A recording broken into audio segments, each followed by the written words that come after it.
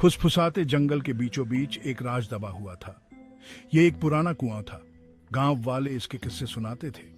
वे कहते थे, यह कुआं भूतिया है। कोई भी उसके पास जाने की हिम्मत नहीं करता था। कुआं काले पत्थर का बना था। उसकी दीवारों पर बेलें छड़ी हुई थीं। उसके ऊपर डर का साया मंडराता था।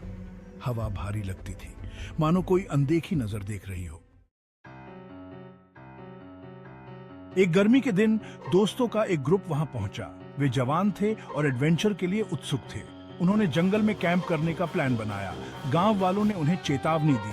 कुएं से दूर रहो, उन्होंने विनती की। लेकिन दोस्त हंसे। उन्हें कहानियों पर विश्वास नहीं हुआ। उन्होंने सोचा कि ये बेकार के अंधविश्वास है।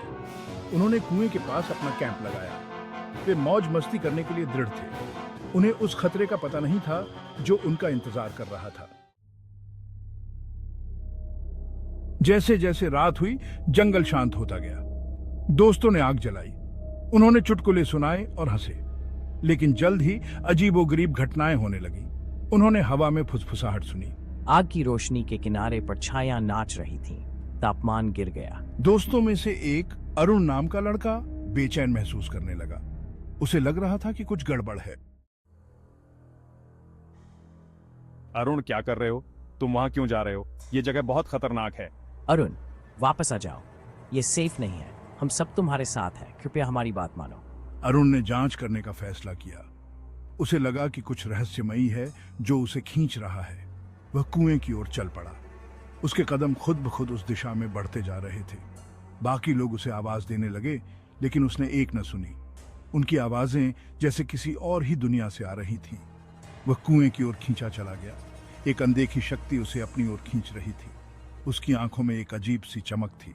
अरुण, रुक जाओ प्लीज, हमारी बात सुनो। यह तुम्हारे लिए अच्छा नहीं है। उसने उसकी गहराई में झांका। दो चमकती हुई आंखें उसे घूर रही थीं। वह आंखें जैसे उसकी आत्मा को चीर रही थीं। वह डर के मारे पीछे हट गया, लेकिन तब तक बहुत देर हो चुकी थी। उसकी सांसें तेज हो गईं और दिल की धड़कन बढ़ गई। कुएं की आत्मा ने उसे अपनी चपेट में ले लिया था। वह अब उसकी गिरफ्त में था। बचने का कोई रास्ता नहीं था। तुम मुझसे बच नहीं सकते। ये तुम्हारा अंत है। अरुण का व्यवहार बदल गया। वह चुप चुप रहने लगा। उसकी आंखें सूनी थीं। ऐसा लग रहा था जैसे उसकी आत्मा कहीं खो गई हो। उसके दोस्त उसकी इस हालत से बहुत परेशान थे। वह ऐसी आवाज में बोल रहा था जो उसकी अपनी नहीं थी। उसकी आवाज में एक अजीब सी गूंज थी, जैसे कोई और उसके अंदर से बोल रहा हो। कुएं की आत्मा ने उस पर कब्जा कर लिया था। दोस्त डर गए थे। वे समझ नहीं पा रहे थे कि क्या करें। उनकी आंखों में डर साफ झलक रहा था। अरुण को क्या हुआ? ये वो नहीं है। उसकी आंखें चमक रही थीं और वह हवा में तैर रहा था। एक बूढ़ा गांव वाला जो आत्माओं के तरीकों को जानता था वहां पहुंचा। उसने बच्चों की बातें सुनी और स्थिति को समझा। वह जानता था कि क्या हुआ है। उसने अपनी आंखें बंद की और कुछ मंत्र बुदबुदाने लगा। कुएं में एक औरत की आत्मा रहती है। वह आत्मा बहुत दुखी और क्रोधित है। उसे धोखा देकर मारने के लिए कुएं में फेंक दिया गया था। उसकी आत्मा को शांति नहीं मिली। उसकी बेचैन आत्मा बदला लेना चाहती है। वह किसी को भी चैन से नहीं रहने देती। हम उसे बचाने के लिए क्या कर सकते हैं? हमें कुछ करना होगा, वरना अरुण हमेशा के लिए खो जाएगा। गांव वाले ने दोस्तों को प्रार्थना में नेतृत्व किया। यह एक गहरी और भावुक प्रार्थना थी जो जंगल की गहराइयों में गूंज रही थी। उन्होंने महिला से क्षमा मांगी। उनके शब्दों में सच्ची पश्चाताप की भावना थी जो उनके दिलों से निकल रही थी। उन्होंने उसकी याद का सम्मान करने का वादा किया। यह वादा उनके लिए एक पवित्र बंधन बन गया जिसे वे कभी नहीं तोड़ेंगे। धीरे धीरे अरुण की आंखें साफ हुई। उसे ऐसा लगा जैसे वह एक लंबे सपने से जाग रहा हो। उस पर से पकड़ ढीली हुई।